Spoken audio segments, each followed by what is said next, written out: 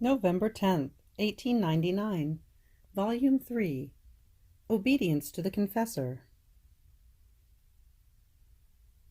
After going through quite a few days of differences with Jesus, I wanting to be released, and he not wanting it, now he would make himself seen sleeping, now he would impose silence on me. Finally, this morning as I saw him, I also saw the confessor who commanded me absolutely to have Jesus release me. And this more than once, but Jesus would not listen. However, forced by obedience, I said to him, "My lovable Jesus, when have you ever opposed obedience? I am not the one who wants to be released. It is the confessor that wants you to make me suffer the crucifixion. Therefore surrender to this virtue, so favored by you, which bejewels your whole life, and which formed the last link by connecting everything into one, the sacrifice of the cross." And Jesus, you really want to use violence on me, touching that link which connected divinity and humanity and formed one single link, which is obedience. And while saying this, he assumed the appearance of the crucified, and almost forced by the priestly authority, he shared with me the pains of the crucifixion. May the Lord be always blessed, and may everything be for his glory. So it seems I was released. November 10th, 1900, Volume 4. The most perfect love is in true trust in the Beloved. As he continued not to come, I felt immersed in the greatest bitterness. My soul was tortured in 1,000 ways. Then I felt as though a shadow near me, and I heard the voice of my adorable Jesus, though I could not see him, saying to me, "The most perfect love is in the true trust that one must have in the loved object. And even if it should appear that the object one loves is lost, then more than ever is the time to prove this living trust. This is the easiest means to take possession of that which one ardently loves." Having said this, both shadow and voice disappeared. Who can say the pain I feel for not having seen my beloved good? November 10th, 1903, Volume 6, How True Love Forgets Himself. Continuing in my usual state, I saw blessed Jesus for just a little, saying to me, "My daughter, true love forgets himself and lives of the interests, of the pains, and of everything that belongs to the Beloved." And I, "Lord, how can one forget himself when we feel ourselves so much? It is not something far away from us or separated which can be easily forgotten." And again he added that that is precisely the sacrifice of true love, that while one has himself, he must live of everything that belongs to the Beloved. Even more, if he remembers himself, this memory must serve him to become more industrious about how to consume himself for the loved object. And if the Beloved sees that the soul gives all of herself to him, he will know well how to repay her by giving her all of himself and letting her live of his divine life. So one who forgets himself completely finds everything. Moreover, it is necessary to see the difference that exists between what one forgets and what one finds. One forgets what is ugly and finds what is beautiful. One forgets nature and finds grace. One forgets passions and finds virtues. One forgets poverty and finds richness. One forgets foolishness and finds wisdom. One forgets the world and finds heaven. November 10th, 1926, Volume 20, how one who lives in the divine will encloses all creation within herself, and is the reflector of her Creator. 2 effects of sin. My days always alternate between the privations and the short visits of my sweet Jesus, and many times he is like a flash that escapes, and as he escapes, I remain with the piercing nail. When will he come back? And sighing, I call him. My Jesus, come! Come back to your little exiled one. Come back once and for all. Come back to bring me to heaven. Do not leave me in my long exile any longer, for I can bear no more. But as much as I called him, my calls were in vain. So abandoning myself in his holy divine volition, I did my usual acts as much as I could, going around through the whole creation. And my sweet Jesus, moved to compassion for my poor soul that could bear no more, put out an arm from within the interior, and all pity told me, "My daughter, courage, do not stop. Let your flight in my eternal will be continuous. You must know that my will does its continuous office in all created things, and its act is distinct in each thing. It does not do in the heavens what it does in the sun, nor in the sun what it does in the sea. My will has its special act in each thing, and even though my will is one, its acts are innumerable. Now the soul who lives in it comes to enclose within herself all the acts that my will does in all creation. So she must do what it does in the heavens, in the sun, in the sea, and so forth. She must enclose everything within herself, so that the soul may follow all the acts of my will. And not only this, but so that my will may receive the requiting act of the creature. Therefore, if your act is not continuous, my will does not wait for you. It follows its course, but it leaves in you the void of its acts, and a certain distance and dissimilarity remains between you and my will. Now you must know the great good that you enclose by enclosing within yourself all that my will does in the creation. While you follow its acts, you receive the reflection of the heavens, and the heavens are formed and extended in you. You receive the reflection of the sun, and the sun is formed in you. You receive the reflection of the sea, and the sea is formed in you. You receive the reflection of the wind, of the flower, of all nature, in sum of everything. And oh, how the heavens that protect, the sun that illuminates, warms and fecundates, the sea that inundates and forms its waves of love, of mercy, of grace, and of strength for the good of all, the wind that purifies and brings rain over the souls burned by passions, the flower of the perpetual adoration to your Creator. Arise from the depth of your soul. This is why it is the prodigy of prodigies.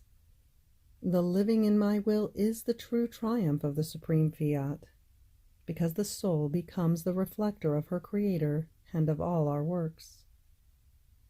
In fact, only when it places in the soul what it can and knows how to do, then does our will triumph completely.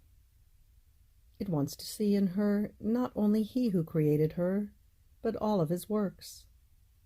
It is not content if she lacks even the slightest thing that belongs to it.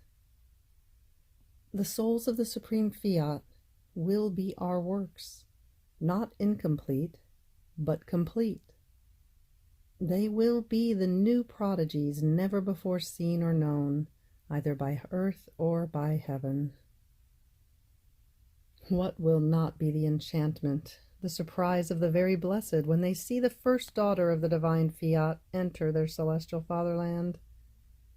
What will their contentment, their glory not be in seeing her carrying her Creator with her, with all of His works, the heavens, the sun, the sea, all the flowery earth with its varied beauties, they will recognize in her the complete work of the eternal will, because it alone can make these prodigies and these complete works. Then I continued my abandonment in the eternal Fiat in order to receive its reflections. And my sweet Jesus added, "My daughter, my celestial Mamma, was the first who occupied the first place in heaven as daughter of the Supreme Volition. And because she was the first, she has around herself the place for all the children of the Supreme Fiat. So around the Queen of Heaven, many empty places can be seen, that can be occupied by no one else but her copies. And since she was the first from the generation of my will, the kingdom of the Fiat will also be called Kingdom of the Virgin. Oh, how the sovereignty over all creation will be recognized in these children of ours. In fact, by virtue of my will, these will enjoy indissoluble bonds with all created things. They will be in continuous relations of communication with them. They will be the true children, in whom the eternal Creator will feel honored, glorified to have them as children, because he will recognize in them his own divine will operating that has reproduced his true images. After this, I was thinking to myself, before sinning, my first father Adam possessed all these bonds and relations of communication with all creation, because by possessing the supreme will as whole, it was as though natural for him to feel within himself all the communications wherever it operated. Now, in withdrawing from this will so holy, did he not feel the tearing he made from all creation? The snapping of all communications and of all bonds, broken from it as though in one single breath?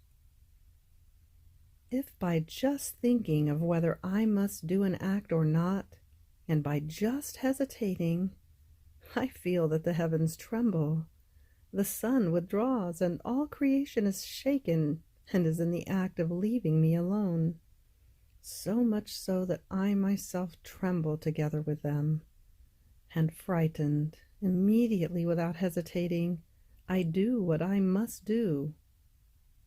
How could he do that? Did he not feel this tearing, so harrowing and cruel? And Jesus, moving in my interior, told me, "My daughter, Adam felt this tearing so harrowing, but in spite of this he fell into the maze of his will, that gave him no more peace, either to him or to his posterity. All creation withdrew from him as though in one single breath, and happiness, peace, strength, sovereignty, everything withdrew. He remained alone with himself. Poor Adam, how much it cost him to withdraw from my will. Just by feeling isolated, no longer surrounded by the cortege of the whole creation, he felt such fright and horror that he became the fearful man. He was afraid of everything, even of my very works, and with reason, because it is said, 'One who is not with me is against me.' Since he was no longer linked with them, by justice they were to put themselves against him. Poor Adam, there is much reason to have compassion for him. He had no example of anyone else who had fallen, and of the great evil that had occurred to him, so that he might be watchful in order not to fall. He had no idea of evil. In fact, my daughter, the evil, the sin, the fall of someone else has two effects. For one who is evil and wants to fall, it serves as example, as a spur, as an incentive to fall into the abyss of evil. For one who is good and does not want to fall, it serves as antidote, as deterrent, as help and defense so as not to fall. In fact, seeing the great evil, the misfortune of someone else serves as an example in order not to fall and not to follow that same path, so as not to find oneself in that same misfortune. So the evil of someone else causes one to be watchful and on guard. Therefore the fall of Adam is for you a great help, a lesson and a call, while he had no lesson from evil, because then evil did not exist. November 10th, 1927, Volume 23. The soul alone with Jesus, and Jesus alone with her. How he alone enjoys her. Order and harmony of creation. How each created thing was to receive the action of Adam. God, first model of creation. Adam, the second. The third, the one who must make the kingdom of the divine Fiat return. I was feeling all abandoned in the eternal Fiat, all alone, and only for Jesus, as if no one else existed for me. So I thought to myself, I am alone. I feel nothing flow within me but the great sea of the divine will. Everything else does not exist for me. Jesus himself flies away and hides within its endless light. And if he makes himself seen for a little while, the rays of the sun of the divine volition rain down upon him, and my sight, too weak, remains eclipsed. And I lose him, waiting for my Jesus, my life, to free himself of that light, or to render it less bright, so that I may find him again. And I lament about that light that eclipses my sight and hides from me he who is the life of my poor soul. Oh, if this light of the blessed Fiat were less dazzling, I would enjoy my sweet Jesus, because many times I feel his divine touch, his refreshing breath. Other times, his lips that give me his kiss. But in spite of this, I do not see him. And the cause of all this is the blessed light that forms the eclipse. Oh, holy will of God, how strong and powerful you are, to the point of hiding my beloved Jesus from me. Then, while I was thinking of this and other things, my highest good, Jesus, came out from within that light so dazzling, so I was able to see him. And he told me, "My daughter, you are alone with me, and I am alone with you. And because you are alone with me, I centralize all of myself in you. In fact, since you are alone with me, I can fill you completely with myself. There is not one point of you in which I do not take my place. You are transformed into myself, and as though naturally, the extraordinary grace enters into you. When the soul is alone with me, I am free to do whatever I want. I enjoy her, myself alone, and my love makes me do such great things with her that I reach the point of folly, and I perform so many of those loving stratagems that if they could be seen or heard by all creatures, they would say, "Only Jesus knows how to love and can love in a way so astounding, so ingenious, and so great." With one who lives alone with me, I act as the sun would, if it could centralize all of its light over one plant. This plant would receive into itself the whole of the life of the sun, and would enjoy all of its effects, while the other plants receive only one effect each, which is sufficient for the nature of each plant. But the first one, because it receives the whole of the life of the sun, receives with it all the effects that the light contains. So I do. I centralize the whole of my life in her, and there is nothing of me, that I do not let her enjoy. On the other hand, one who is not alone with me, because I cannot centralize my life, is without light. She feels within herself the weight of darkness. Her being is divided into so many parts, for as many as are the things that she cares about. So, if she loves the earth, she feels divided with the earth. If she loves creatures, pleasures, riches, she feels as though divided into shreds, in such a way that some tear her from one side, some from the other. Her poor heart lives amid anxieties, fears, and bitter disillusions. How the opposite for one who lives alone with me.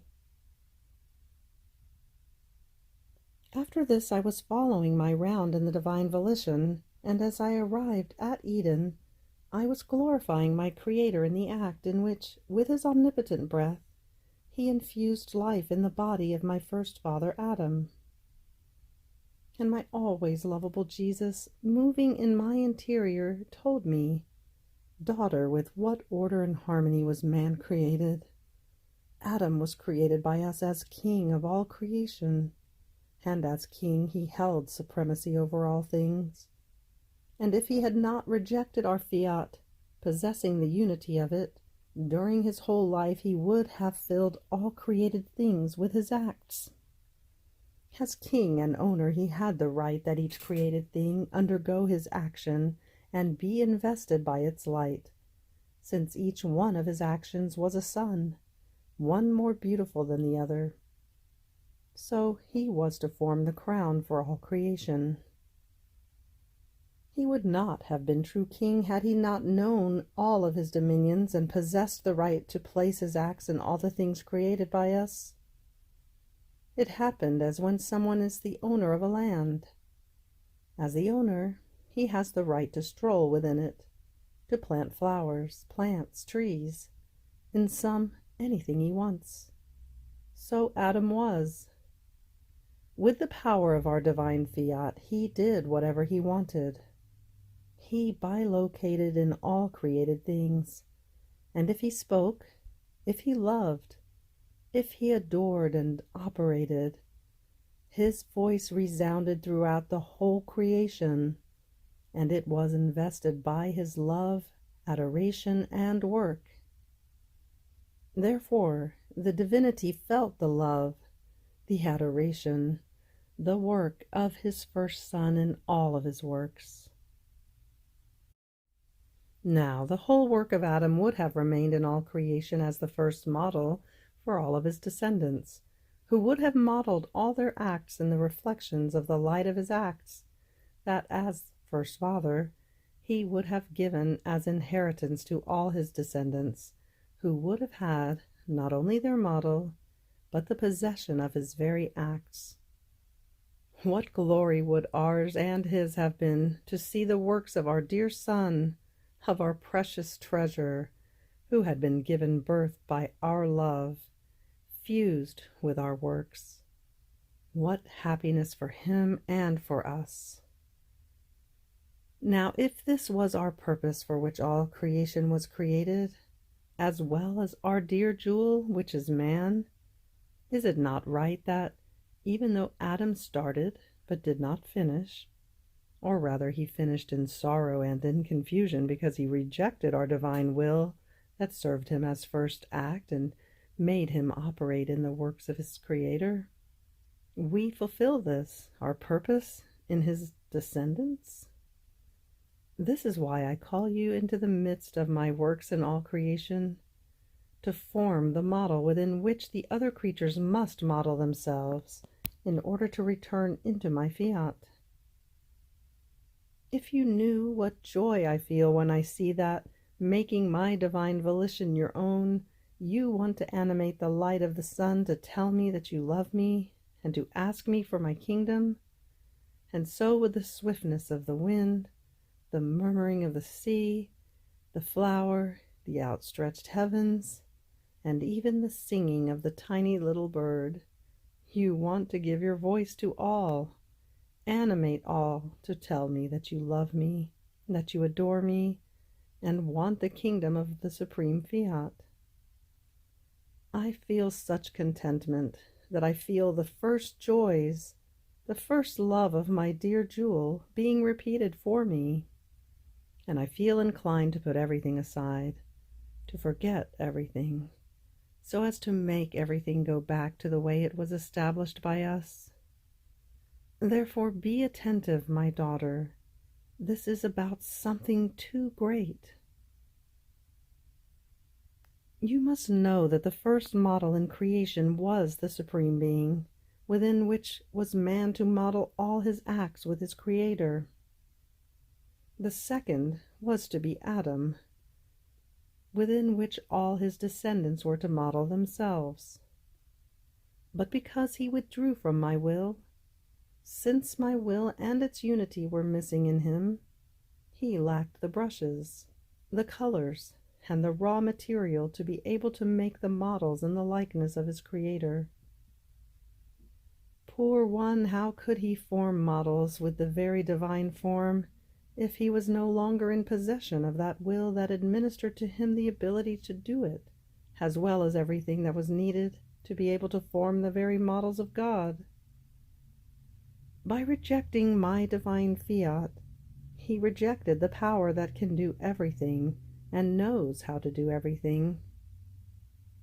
It happened to Adam as would happen to you if you had neither paper nor pens nor ink with which to write. If these were lacking to you, you would not be able to write the single word. In the same way, he was no longer able to form the models on the divine mold. The third model must be formed by the one who must make the kingdom of my will return. Therefore your duties are great. On your models will all those of others be modeled. So let the life of my divine will flow in all your acts, that it may administer to you everything that is needed. In this way everything will go well, and your Jesus will be together with you to make you execute his divine models well.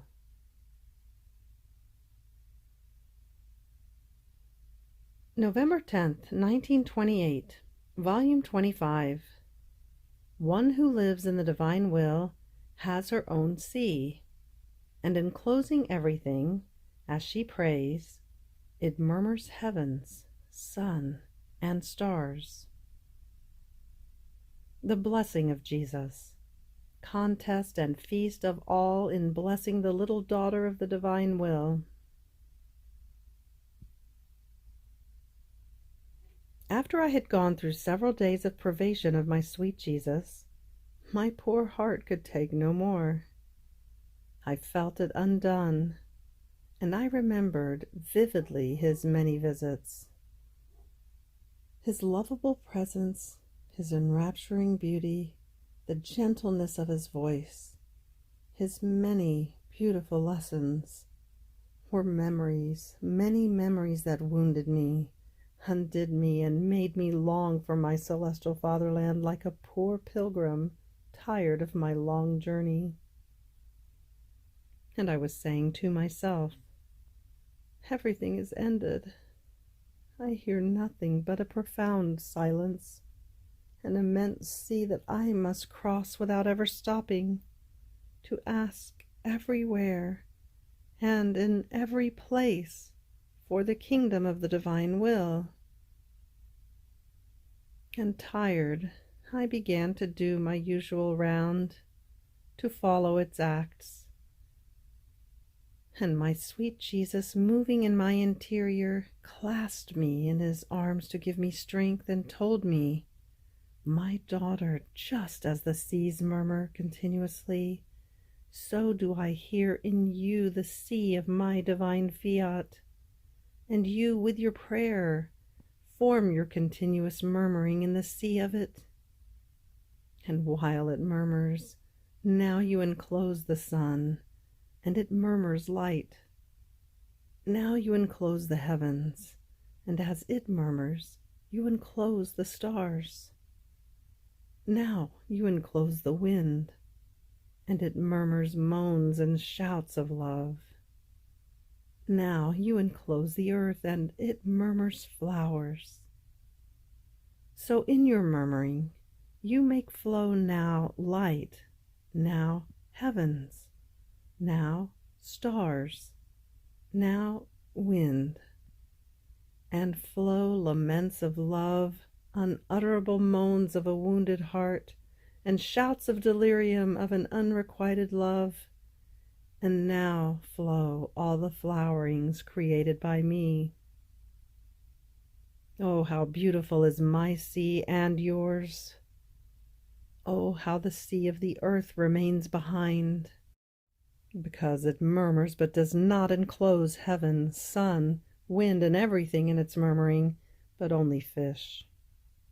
While the sea of my volition, and the murmuring of your prayer in it, encloses all of my works, because my divine will keeps heaven, sun, stars, seas, and so forth, all within itself, as though in its own power.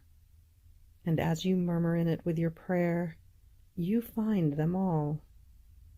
And just as the sea, on top of its continuous murmuring, forms its gigantic waves, so you, in the sea of my divine volition, on top of the continuous murmuring of your prayer, when you concentrate more your yearnings, your sighs, for you want the kingdom of my divine will, form gigantic waves of light, of stars, of moans, and of flowers. How beautiful are these waves! And I, from this tabernacle, hear your murmuring, the roaring of your waves that come to unload themselves into my sea. And since here in the tabernacle I have my own sea in which I murmur continuously with my prayers, as I hear your waves coming, I unite your sea with mine, which are already one, and I come to murmur together with you. And I no longer feel alone in this tabernacle. I have my pleasant company, and we murmur together. And in our murmuring one can hear, Fiat, Fiat, Fiat. Be it known, and its kingdom on earth restored. My daughter, living in my will, praying in it, is to transport heaven to the earth, and the earth to heaven. Therefore it is our true and total triumph, our victory, our divine conquests. So be faithful and attentive to me. After this, benediction with the most holy sacrament was being given, that I have the good to receive every day in these last periods of my life down here, as I hope to complete this long exile of mine as soon as possible. And my lovable Jesus, at the moment they were giving benediction, moved in my interior and told me, My daughter, I bless you, but I would not be content if I alone blessed you. I call everyone together with me, the Father and the Holy Spirit, the whole celestial court, that all may bless with me the little daughter of my divine will. Wherever my will reigns, everyone, heaven and earth, feel a powerful force to unite themselves with me and to do what I do, so as to centralize upon her all the goods that my divine will contains. Therefore, as they see me blessing you, all get down to the work of blessing you. So a contest, a sort of feast arises in heaven to bless her in whom my will reigns. And in order to make it more solemn, I call all created things, so that no one may put himself aside, but all may bless my daughter. So I call the sun to bless you, so that the light it gives you, it may give to you while blessing you. I call the water to bless you, so that as you drink it, it may bless you. I call the wind, so that as it blows, it may blow blessing you. In some I call everyone, and while they bless you, finding my divine will in you, they feel themselves being blessed in return from within you by the will of their Creator. The strength of my divine will calls everyone, unites the whole celestial family, and gives the feast to all when it must operate over a soul in whom it dwells and dominates. Therefore, in this sacramental prison of mine, having my prisoner near me, I feel coming to me the joys that my divine will can give me in the heart of our little daughter. So my many sorrows are interrupted when I must bless you, when I descend sacramentally into your heart, when I feel myself gazed at by you from this tabernacle. And I requite you with my gazes, thinking that I must do or give something to our little newborn of our will. I put everything aside, even my very sorrows, and I make feast, because my divine will possesses innumerable joys and perennial feast. Therefore I want that you two rejoice together with me, and echoing my blessing, bless me in the sun, in the water, in the wind, in the air you breathe, in the heartbeat that beats in your heart, and I will feel you blessing me in all created things. November 10th, 1929, Volume 27. Only the little ones enter to live in the divine will. Example of the little boy. Difference between the creation of the universe and that of man. The divine fiat absorbs me completely within its light, and in order to give me its prime act of life, this light palpitates in my heart and makes me feel the heartbeat of its light, the heartbeat of its sanctity, of its beauty and creative power. And I feel my little soul like a sponge, all soaked in these divine heartbeats, and unable to contain it because of my littleness, and feeling itself burned by the scorching rays of the sun of the divine fiat. In spasm, it keeps repeating, "Fiat, Fiat, have pity on my littleness. I feel I cannot contain your light, and I am too little. So you yourself form the void, make me larger so I can contain more light, that I may not remain suffocated by this light, that it is not given to me to be able to embrace completely, so as to enclose it in my little soul." But while I was thinking of this, my sweet Jesus told me, "My little daughter, courage. It is true that you are too little, but you must know that in my divine fiat only the little ones enter to live in its light. And at every act that these little ones do in my divine will, they suffocate their own, giving a sweet death to the human will, because in mine there is no room nor place to let it operate. The human volition has no reason or right. It loses its value before a will, reason, and right that are divine. It happens between the divine will and the human as it could happen to a little boy, to whom on his own it seems he is able to say and capable of doing something. But if he is placed near someone who possesses all sciences and is skillful in the arts, the poor little one loses his value, remains mute, and is incapable of doing anything.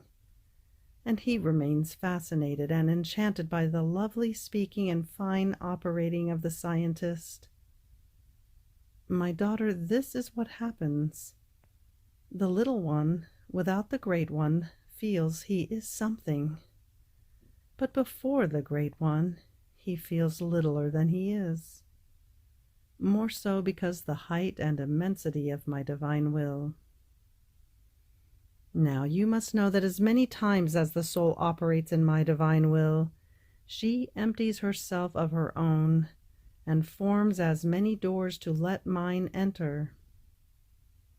It happens as to a house that could possess a son inside.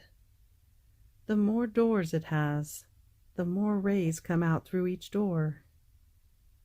Or to a metal piece that had holes and were placed in front of the sun, the more holes it has, the more each little hole is filled with and possesses the ray of light. Such is the soul. The more acts she does in my divine will, the more entrances she gives it, in such a way as to become all irradiated by the light of my divine fiat. After this I was continuing my round in the creation, to follow the acts of the supreme fiat done in it, and my sweet Jesus added, "My daughter, there is great difference between the creation of the whole universe and the creation of man. In the first, there was our creative and preserving act, and after everything was ordered and harmonized, we added nothing else that was new. On the other hand, in the creation of man, there was not only the creative and preserving act, but the active act added to it, and of an activity ever new. And this, because man was created in our image and likeness, and since the Supreme Being is a new continuous act, man too was to possess the new act of his Creator that might resemble him in some way. Therefore our active act of continuous novelty remained inside and outside of him, and by virtue of this, our active act, man can be and is always new in his thoughts, new in his words, new in his works. How many new things do not come out of mankind? And if man does not give his new act as continuous, but at intervals, it is because he does not let himself be dominated by my divine will. How beautiful was the creation of man! There was our creative, preserving, and active act. We infused in him as life our divine will in his soul, and we created our love as blood of his soul. This is why we love him so much, because he is not only our work like all the rest of creation, but he possesses part of our life in a real way. We feel in him the life of our love. How not to love him? Who does not love one's own things? And if one did not love them, he would go against nature. Therefore, our love toward man gives of the incredible, but the reason is clear. We love him because he came out of us. He is our child, and a birth from our very selves.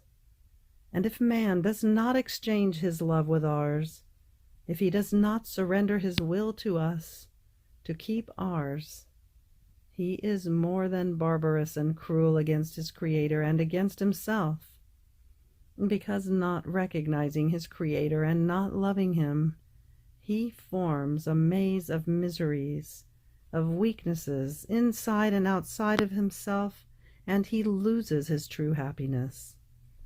And by rejecting our divine will, he puts himself at a distance from his Creator. He destroys the principle of his creation, consuming the blood of our love in his soul, to let the poison of his human will flow in it.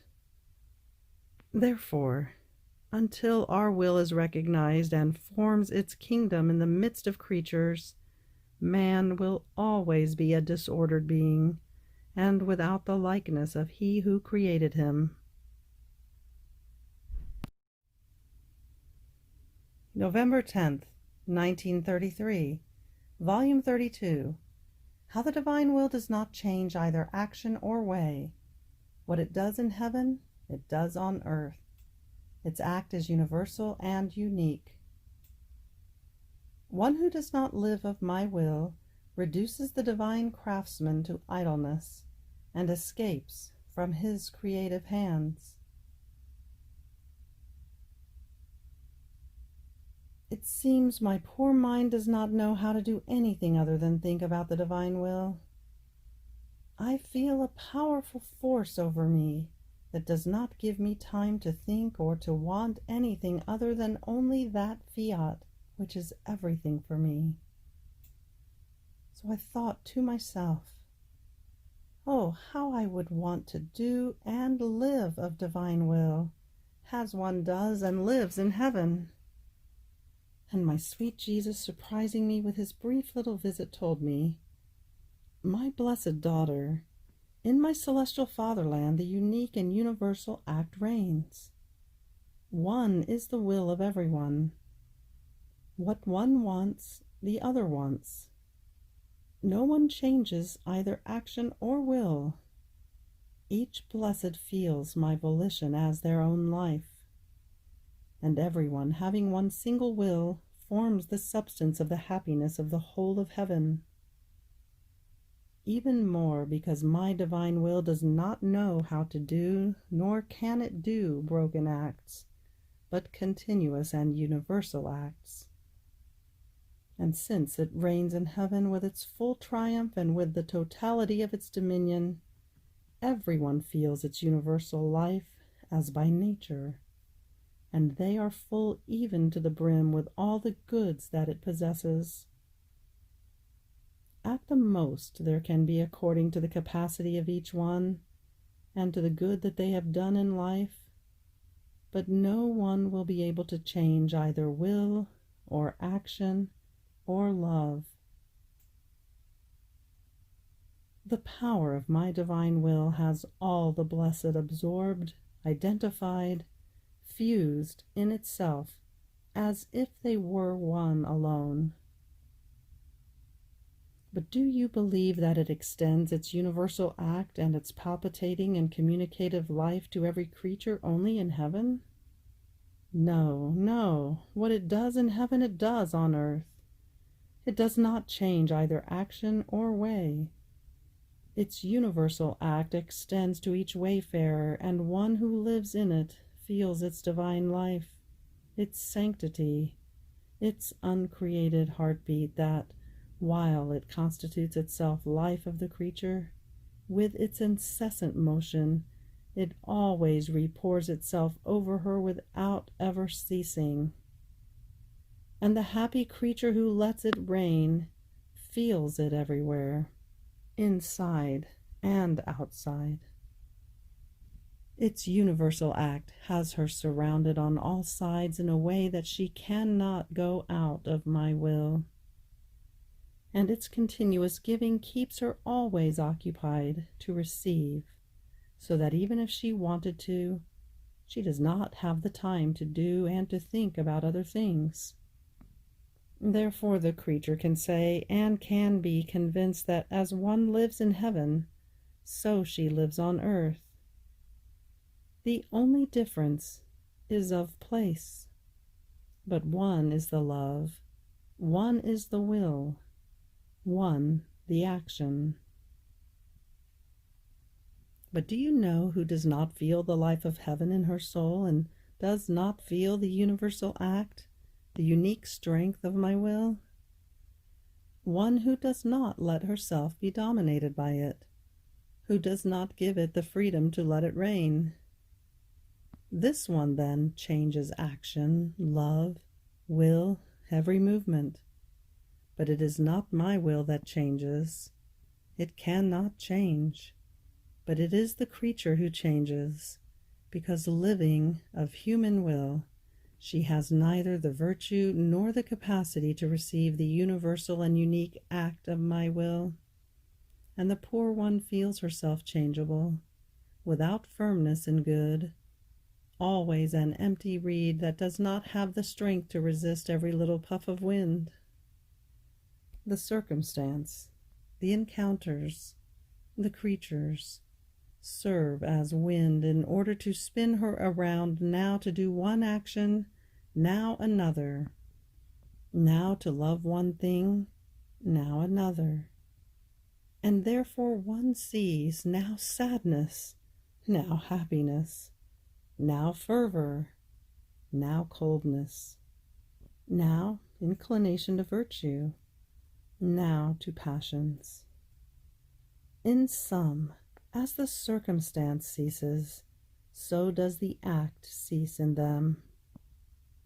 O human will, how weak, changeable you are without my will, because there is lacking to you the life of good that must animate your will, so the life of heaven is far from you.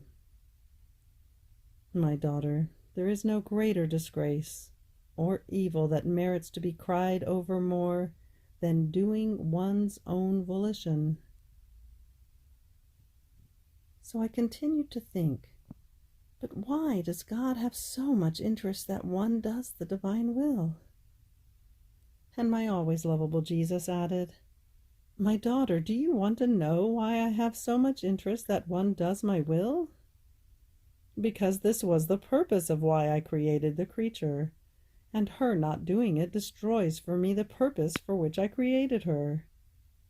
She takes away from me my rights that with full reason and divine wisdom I have over her, and she places herself against me. Does it not seem grave to you that the children place themselves against their father? And then I created the creature so that she would be and would form the prime material in my hands, in order to be able to delight myself, and to form from this material my greatest labors and my most beautiful works, so that they would serve me in order to adorn my celestial fatherland, and to receive from them my greatest glory. Now this material of the creature escapes from my hands. She places herself against me. And with the so many materials that I have formed, I cannot do my established works, and they reduce me to idleness, because, my will not being in them, they do not lend themselves to receiving my works. They become as hard as stones, that for however many blows can be given, they do not have the softness to receive the form that one wants to give. They are shattered, they are reduced to dust under the blows. But it is not given to me to form the littlest object, and I remain as that poor craftsman who, having supplied so many prime materials, gold, iron, stone, takes them in his hands in order to form the most beautiful statues that he has established. And these materials do not lend themselves. Rather, they place themselves against him, and it is not given to him to develop his beautiful art, such that the materials serve only to clutter the space, but not to complete his great designs. And oh, how idleness weighs on this poor craftsman! Such am I, because my will not being in them, they are not capable of receiving my labors. There is no one who renders himself soft, nor who prepares himself in order to receive my creative and operative virtue. And if you knew what it means to know how to do, to be able to do, to have the materials in order to do, without being able to do anything, you would cry with me for so great a sorrow, and for so grave an affront. Does it seem little to you to see so many creatures who encumber the earth, and because the operating life of my will is lacking in them, it is not given to me to develop my art and do what I want to do? Therefore you take to heart to let only my divine will live in your soul, because it alone knows how to dispose souls to receive the whole capability of my art. And so you will not place your Jesus in idleness, but I will be the diligent laborer in order to form what I want of you. End of November 10th. Fiat.